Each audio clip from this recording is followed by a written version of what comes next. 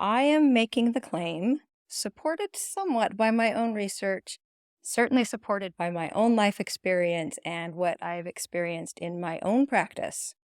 I am making the claim that there is a third neurodivergence in these families that have the autistic neurodivergence and the attention neurodivergence. So let me tell you where I'm coming from.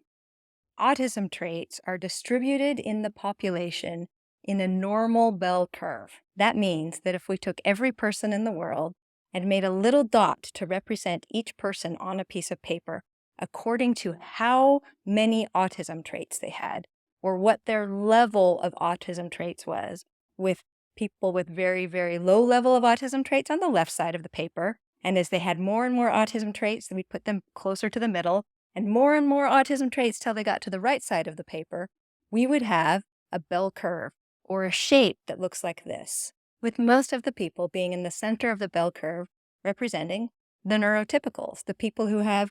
a typical level of autism traits, and those all the way on the right side of the paper representing those who are the autistic neurodivergents.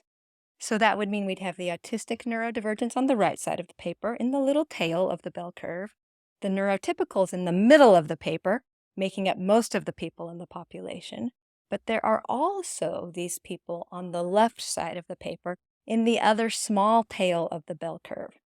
And these people are not any more typical than the autistic neurodivergence,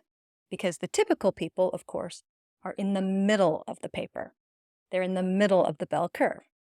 These people with a very low level of autism traits are the third neurodivergence that I have called High Body Empathy Neurodivergence, or High Body Empathetics. I'll explain more as we go along, but I'm hypothesizing that we're not going to be able to understand or effectively support neurodiverse families until we acknowledge all of the different neurodivergencies within them, and that the three main neurodivergencies are autistic neurodivergency, attention neurodivergency, and high body empathy neurodivergency, and that all three of these different neurodivergencies are playing a role in how these families work.